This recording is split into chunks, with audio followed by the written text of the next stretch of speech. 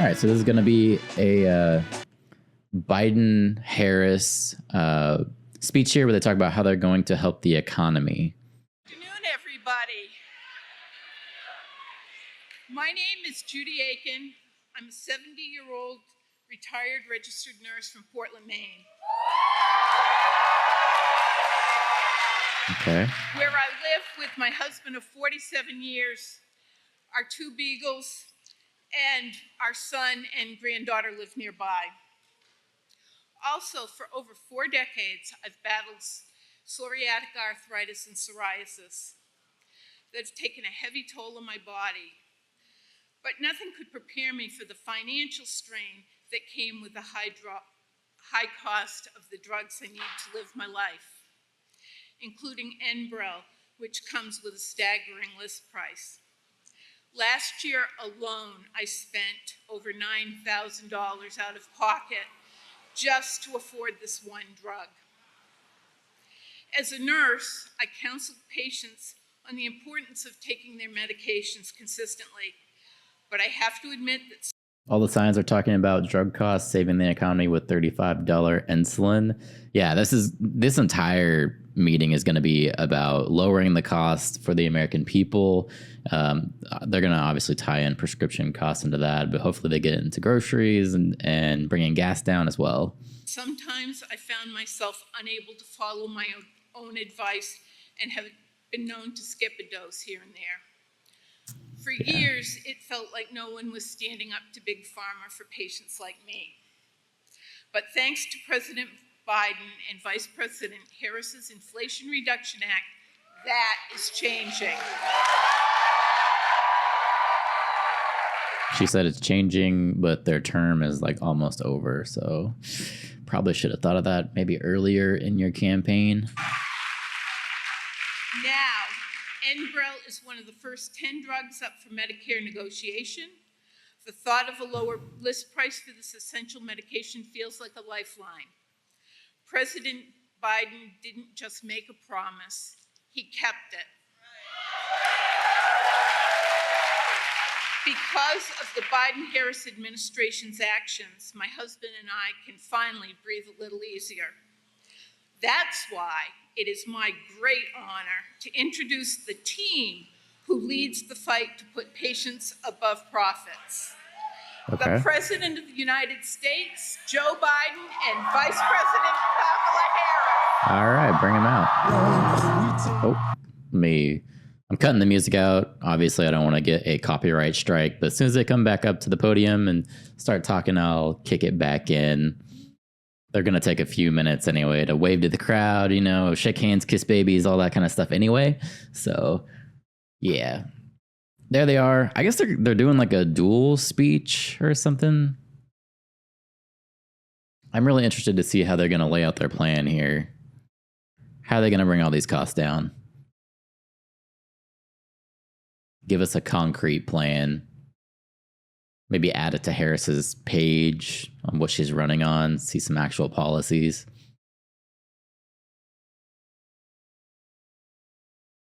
All right. Yeah, he's going to let Harris go first.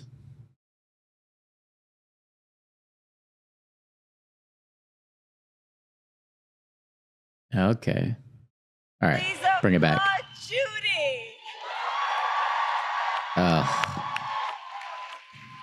Her fake smile kills me. I love you back. It's good to see so many friends. It is good to see so many friends. And I want to thank you. Thank you. And let's please thank you. I love you back.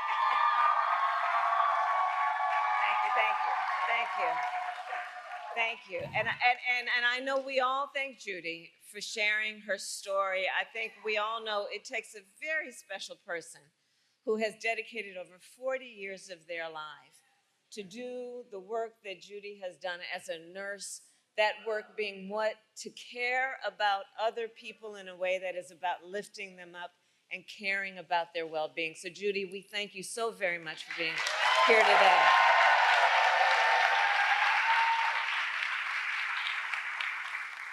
I want to recognize the incredible Governor Wes Moore. How can they say they beat Big Pharma when they gave Big Pharma $7 billion for COVID vaccines that may have not worked?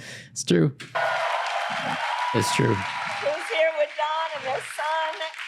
And Wes, I'm so thankful to you for all that you do. Did you say yesterday Fauci got COVID like 7 times or something stupid? In service to our nation in so many different ways. I was still trying to find it. I couldn't find it online, but that's hilarious if he did. And your friendship, but in particular, to share such a personal story as you have, and I know it takes a lot out of you to share that story, but to do it in a way that is about lifting up other people and helping, hopefully, others who are not in this room, understanding how real people are impacted every day about this issue and by this issue. Thank you. I want to recognize the people of our administration, including Secretary Becerra, who is here, the bold administrator, Brooks LaSure, who is here, my dear friend and former colleague, Senator Ben Cardin, Representative Barragan, the chair of the Congressional Hispanic Caucus, and Representative Mfume for all of your years of leadership. And I want to recognize your next United States Senator. He had that 3 or 4 times after 6 boosters. That's insane. Angela also Brooks. No doubt a lot of money was made off of that vaccine.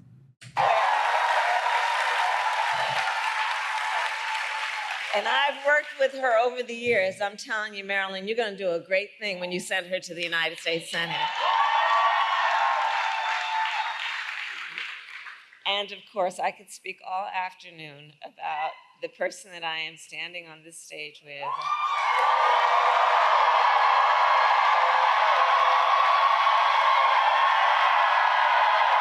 I haven't seen Biden speak, and I can't even really remember the last time I saw him speak, so this should be really good.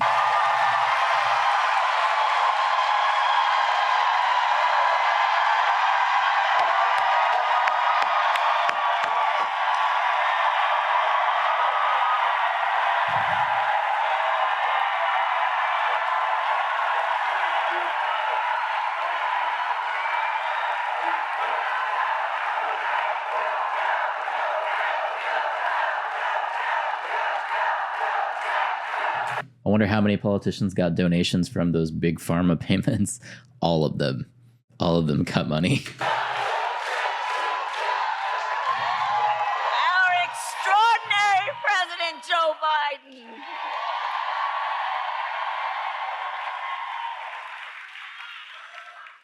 And he's going to speak in a minute, but there's a lot of love in this room for our president. Is there? And I think it's for many, many reasons, including few leaders in our nation have done more on so many issues, including to expand access to affordable health care than Joe Biden.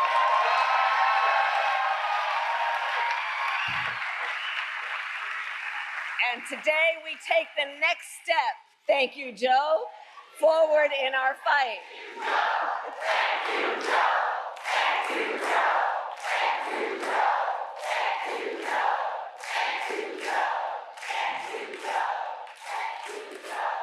So we believe deeply every senior in our nation should be able to live with security, stability, and dignity. And so in the United States of America, no senior should have to choose between either filling their prescription or paying their rent. That's the subject of today. Because we know for far too long, far too many of our seniors have struggled to afford their medication. And as a result, seniors have been forced to spend their time trying to figure out how they are going to be able to fill a prescription like insulin based on the doctor's prescription, which is about saving their life, or whether they'd have to ration their pills to be able to make it stretch through a month. And why, we all know, but let's ask, why are prescription drugs so expensive? I will tell you.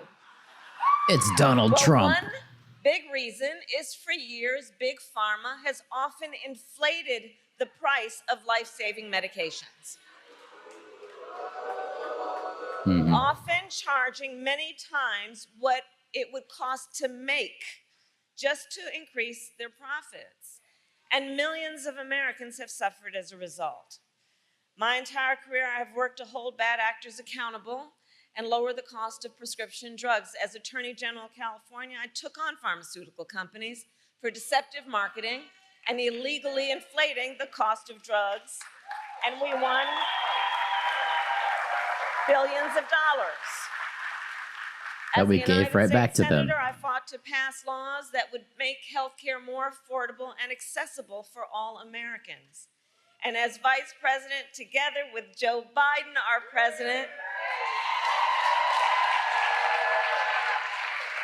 we finally addressed the longstanding issue that for years was one of the biggest challenges on this subject, which was that Medicare was prohibited by law from negotiating lower drug prices. And those costs then got passed on to our seniors, but not anymore.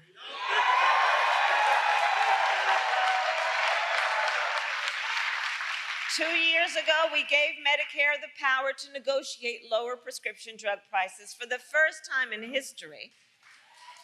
And here is why that matters. It is nearly impossible for a patient to negotiate lower prices by themselves. Just think about that. Somebody who needs the medication, who may be suffering from a serious illness, that they would by themselves be able to negotiate against a big drug company to lower that prices is virtually impossible. It's one person against a huge corporation. But Medicare represents more than 65 million people. And so Medicare has collective bargaining power. And now Medicare can use that power to go toe-to-toe with Big Pharma and negotiate lower drug prices.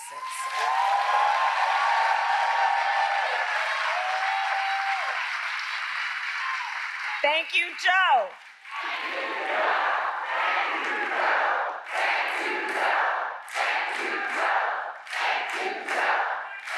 It's like they rehearsed that. And this is to the benefit of not only tens of millions of people on Medicare, but also millions of Americans on Medicare who have long-term disabilities. And understand, as a result of our negotiations, the government will also pay less than for prescription drugs. And think about what that means in terms of helping taxpayers save money, whether or not they take these medications. So all of this is to say, 2 years ago as vice president, I was proud to cast the tie-breaking vote that sent the bill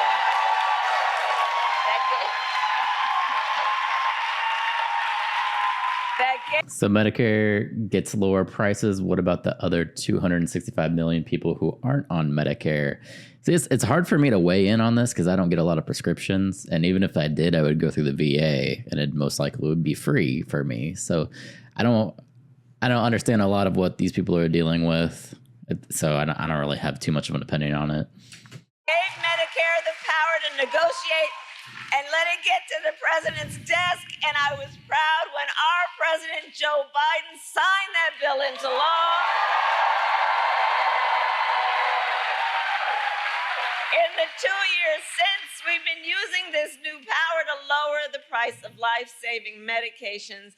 And now to announce the result of those negotiations, it is my eternal and great, great, great honor, I have to tell you, to serve with this most extraordinary human being and American and leader, our President, Joe Biden.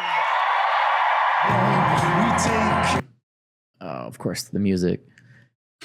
They seem to be catering to the seniors, which is a noble cause, but more people under 65 than over. Yeah, I absolutely agree.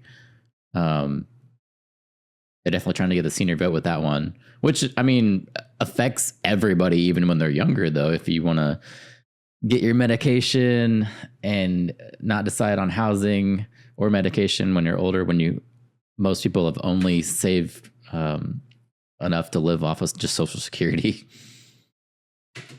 I love you guys too. I want to hear this guy speak now. It's been a while. I've been waiting for this moment for a long, long time. First time I sponsored a bill to let Medicare negotiate the price of drugs was in 1973 as a freshman senator with a guy named Frank Church from the state of Idaho. Folks, I have an incredible partner. The progress we've made, she's going to make one hell of a president. Throw a little campaigning in there, of course. And Judy, thank you for sharing your story. It's a familiar one for far too many Americans. People like my dad used to lay in bed at night when they lost his insurance as the company he worked for, staring at the ceiling, literally, and you've all experienced, you know people who have experienced this, wondering what in God's name happened if my wife gets breast cancer, or if I get sick, my children get seriously ill. What happens? What in God's name? How can we pay for the drugs, prescription drugs? I'm serious. These are the discussions. You know it. Do we have enough insurance? Can we afford the medical bills? We'll have to sell the house to get a second mortgage. There are discussions that took place in my house and your house. Kamala and I both get it. We know it isn't just about health care. It's about your dignity. He's done this speech before. It's about your dignity. Yeah. It's about peace of mind. It's about security. It's about taking care of your family. It's about giving folks just a little bit more breathing room. That's all. Look, I believe that health care should be a right, not a privilege in America. And Kamala and I are here today to make a major announcement on our efforts to lower the extraordinary high prescription drug prices. Before I do, I want to thank Governor Wes Moore and members of Congress. I served in the Senate for 270 years. I know I only look 40, but I'm a little bit older. The longest time I was too damn young because I was only about 29 when I got elected. Now I'm too damn old. But I'll tell you one thing in between. One of the finest, most decent men. He pronounces her name different every time. Yeah. I've ever worked with. When I think of integrity, it's Ben Cardin. Stand up, Ben. Stand up. You remember when Trump said he didn't care how to pronounce it? I measure the people I work with by their integrity. He does what he says and says what he does. Look, folks, also, Nanette Barragan, for the longest time, she tried to pretend with me she was Irish, named Barragan. She's a great friend, and she's one of the great leaders in this country for the Hispanic community. He's starting to drift off. Congressman Fume, where are you? Stand up, man. I'm against lifelong politicians. Well, this is definitely your lifelong politician. Never once this man asked for help and I haven't gotten it. Not one single time. Thank you, pal. Thank you. And you're soon to be senator.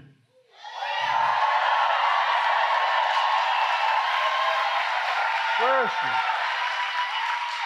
It's a hell of a lot easier job than being a county executive. I was a county official. They expect you can solve every problem. You don't have the authority to do it. You don't have enough money. Yep. But I'm looking forward. I told her I'd campaign for or against whichever helped the most. Along with members of my administration, Javier Becerra, HHS, Administrator Brooks LaSalle, CMS administrators here today. And let me say something. We're all thinking about my good friend, and he is a really good friend for a long time, Steny Hoyer. He represents the western shore of Delaware. Y'all think we're kidding. We have that fight all the time. I wish him a speedy recovery. I understand he's doing well. Folks, this is a fight all of us have been fighting for a long time, taking on Big Pharma. We pay more for prescription drugs. It's not hyperbole. We pay more for prescription drugs than any advanced nation in the world. I could take you out on Air Force One, and if you have a prescription from a drug company in America, and fly you to Toronto, Canada, fly you to Paris, France, fly you to Belgium, fly you anywhere around the world, and get you the same prescription filled for the same company for 40 to 60% less than we pay for it here. I thought this was going to be about their plan for lowering cost of prescription drugs, also just dealing with inflation in general. But so far, I haven't heard any policies at all. Too many Americans can't afford the drugs they badly need for life and death. So they skip doses, cut pills in half, forego prescriptions entirely because the prescription drugs are totally unaffordable. The woman you all met, the nurse you just met, she paid $900 a month. Well, guess what, man? Didn't they outlaw importing prescriptions from Canada? I don't know. Let me look. $9,000. She's going to pay, guess what? Beginning January, every single prescription drug she has, including, God forbid, if she needs a really expensive drug like a cancer drug. Maximum she ever has to pay is $2,000, period.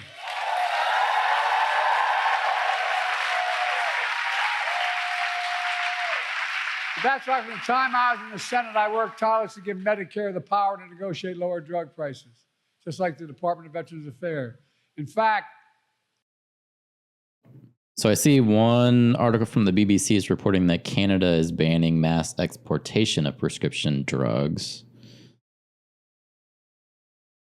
And I see states are urging Biden to allow drug imports from Canada. So maybe he did have something to do with that. I was reminded by staff today, one of the first major bills I worked on was in 1973. I co-sponsored legislation led by Senator Frank Church that let Medicare negotiate the cost of drugs. 1973, this fight's been going on. You know, the VA pays, as they should, 50% less than Medicare because VA can negotiate the prices. But for years, Big Pharma blocked Medicare from negotiating lower drug prices. As a consequence, they're able to maintain the exorbitant price increases and the profits are uncalled for. Look, but this time we finally beat Big Pharma.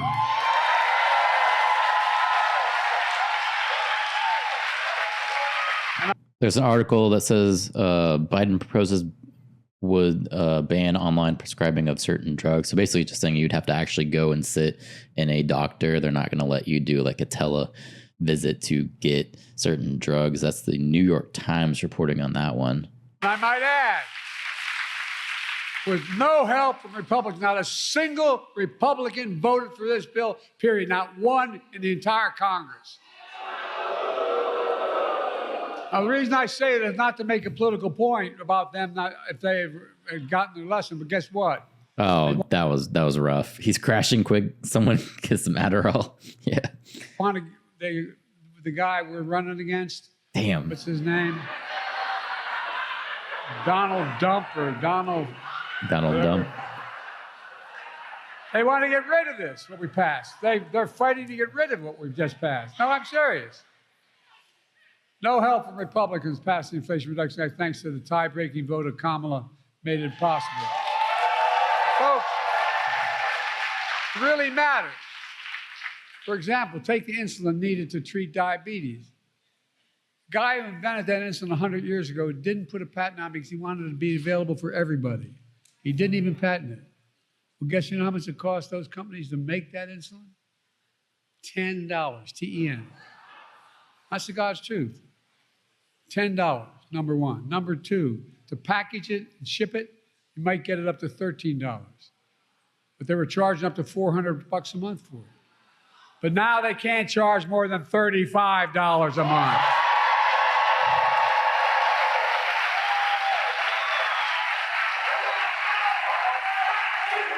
It's a big deal. Oh, look, $35 a month. These guys still make enormous profits. That's 3 times what it costs them to make it. The initial legislation capped the cost for everyone who needed that insulin. How many of you know anybody needs insulin for diabetes? Raise your hand.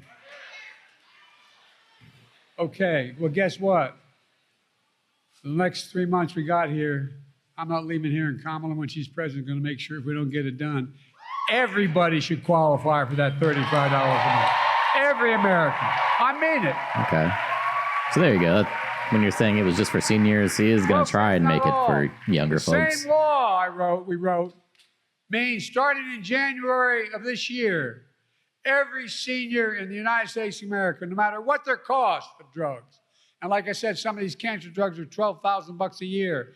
Every single penny they spend, they never have to spend more than $2,000 a year for all drugs. All drugs. And we're going to fight to make sure everyone qualifies for that as well. Look, all together, our reforms not only save lives, but here's the point people don't talk enough about. It saves the taxpayers billions of dollars. What we've done so far will save the taxpayers over the next 10 years $160 billion. Taxpayers, lowering the debt. I mean it. Because they don't have to pay the exorbitant price that Medicare had to pay before. They're going to pay $35 instead of $400. Folks, and those savings are only going to increase for American taxpayers because it matters. Look, but that's not all the Inflation Reduction Act did. Last summer, I announced under that law, Medicare is going to select, and it's already passed law, 10 drugs a year, going up to 20 till we get every single drug every year. Drugs treat from everything from heart failure, blood clots, kidney disease, arthritis, blood cancers, and more. And today, I'm proud to announce that Medicare has reached agreement with all manufacturers on all 10 drugs selected in the first round of negotiations. The new lower prices for all 10 drugs will go into effect in January of 2026, not this January, next January. Negotiations cut the price of these 10 drugs for Judy and others who are Medicare nearly 40 to 80%, depending which drug it is. Let me give you one example. Non-insulin diabetes drugs cost $530 a month. Some of you may know that. Guess what? It's now only going to cost $115.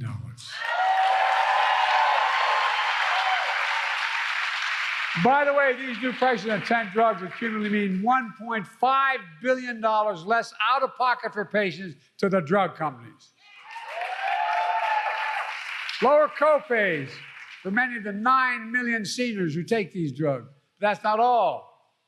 We're also saving the American taxpayer because of the new changes, $6 billion a year, because Medicare won't have to pay out that much. Imagine that. I remember someone talking about $35 insulin about 7 years ago. Who was that? I don't know. Some dude. $6 billion a year. But we could do that for child care and health care and so much more. We're just getting started. Under the law I signed, Medicare can negotiate lower prices for another 15 drugs next year, 15 the following, and 20 after that till every drug is covered. That's the law. Now. Now. This is another really big deal. It means that Americans can save more money on from life-saving medications they need and deserve. And bring peace of mind. It's hard to explain. Kamala and I are going to keep fighting to lower the prescription drug costs for everyone, not just seniors.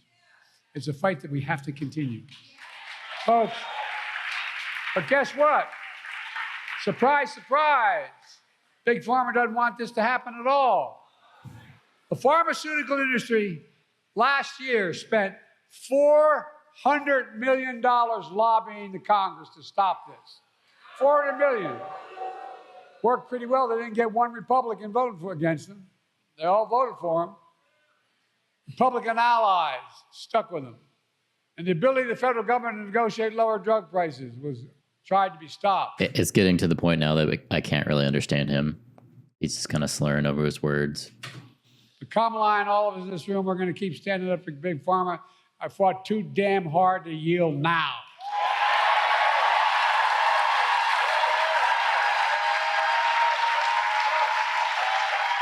We're not backing down. And get this, you may have heard about the MAGA Republican Project 2025 plan. There we go. They want to repeal Medicare's power to negotiate drug prices. Let Big Pharma back to charging whatever they want. Let me tell you what our Project 2025 is. Beat the hell out of them. I mean it.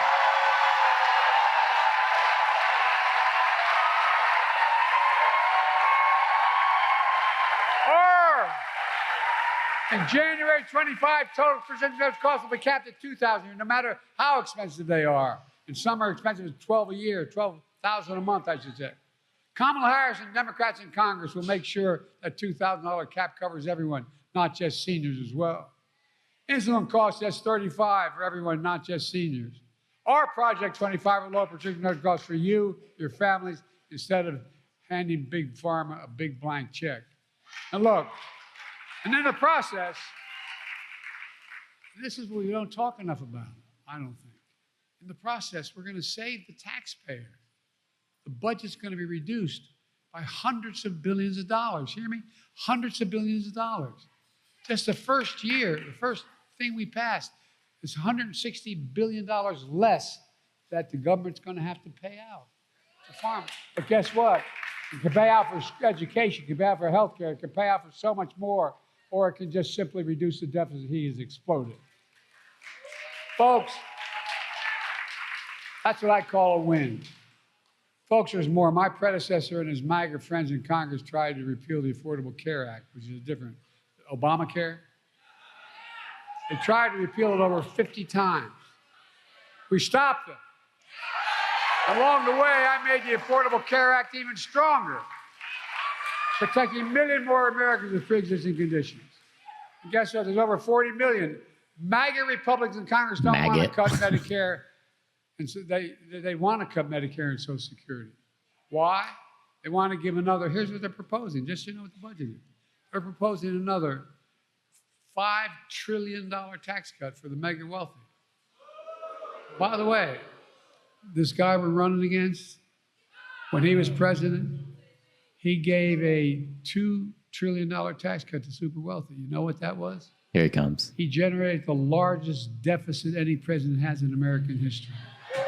He just stated that since all this money is being saved, but not once about lowering said taxes, this is where he's going to slip it in right here. He's going to say, Trump only cut taxes for the wealthy, and I'm about to cut taxes for you.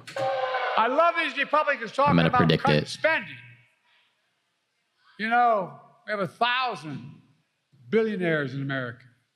You know what their average tax they pay is? 8.2%. Introduced a bill to say that you got to pay a minimum of 25%. You know what that would raise? $500 billion over the next 10 years. By taking more money from people. Imagine the taxes we cut for ordinary people. Well, look, Kamala and I have a better idea. We're going to protect Medicare and Social Security and make sure the wealthy pay their fair share. That's how we're going to pay for it. And by the way, that means making the tax code fair. Look, in addition, we're also announced steps to crack down on anti-competitive practices in healthcare. How many of you know we've been going after things called junk fees?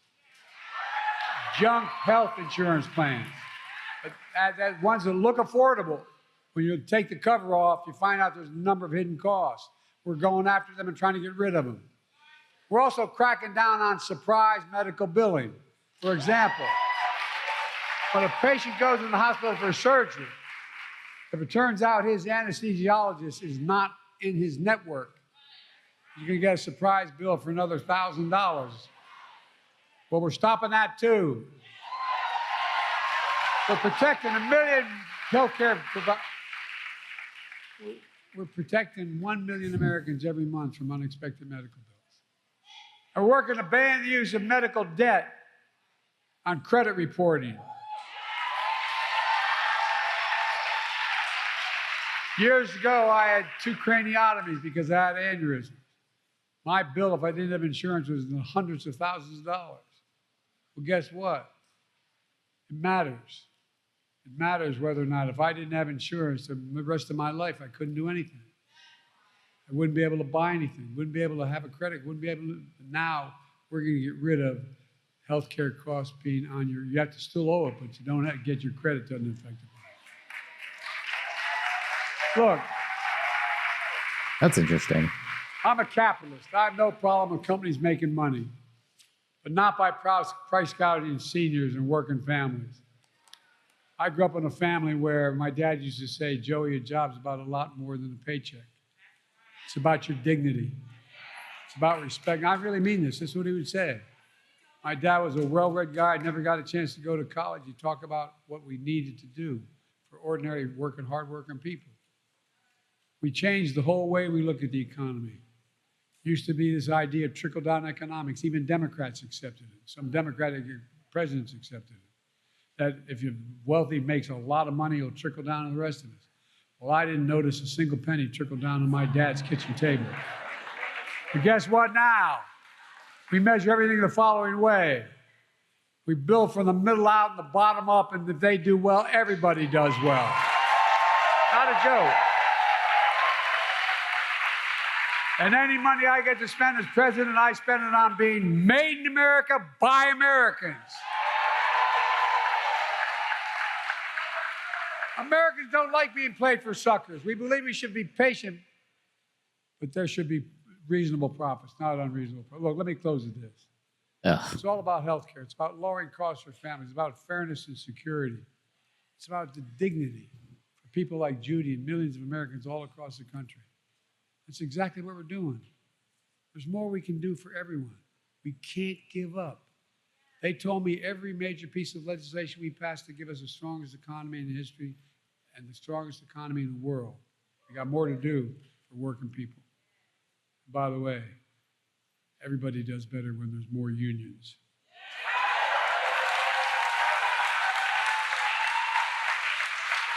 But we're finally getting it done. We can't stop now. We just have to remember who in the hell we are. We're the United States of America.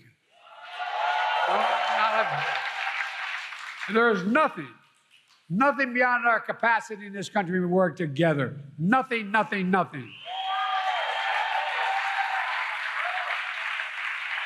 tell you what, I thank God that in the last 3 months I'm President of the United States, I was able to finally get done what I tried to get done when I was a young senator at 30 years old. Thank you, God. Thank you. God bless you all, and may God protect our troops. That's it. I really thought this was going to be like a plan on what they were going to do to lower inflation, fix our grocery prices. They spent pretty much the entire time here talking about prescription drugs. Didn't really give too much of a plan. Did a lot of campaigning. Yeah, that was a bummer.